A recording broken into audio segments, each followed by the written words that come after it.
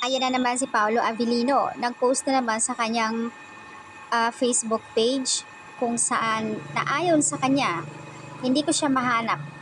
Pakihanap naman at pakimension. Nakakatuwa lang itong si Paolo. Minsan pag nagpo-post sa Facebook na funny.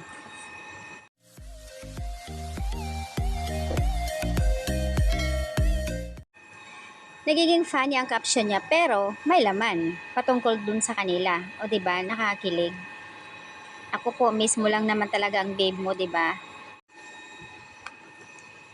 At Paolo Avellino, ang misis mo ay nasa New Zealand, Australia. Haha, hindi mo pa siya makikita?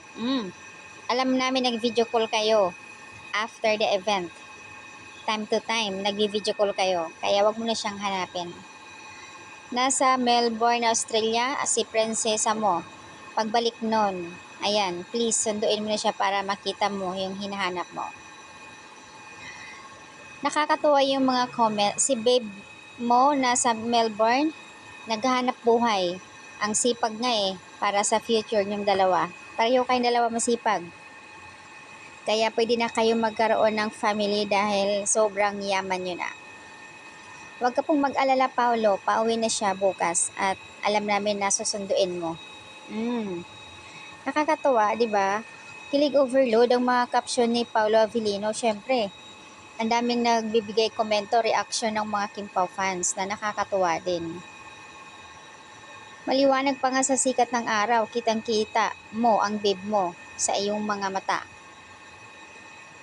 As usual, si Kim Cho sa kanyang ganap doon sa Melbourne, nakakatuwa din kasi nung kinanta niya si Mr. Right, ang daming mga fans na kinilig, naghihiyawan pa sila. So, ayan.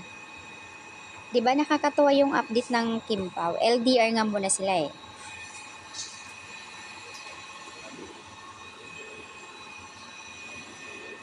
LDR nga muna sila pero laging may kontak ang dalawa.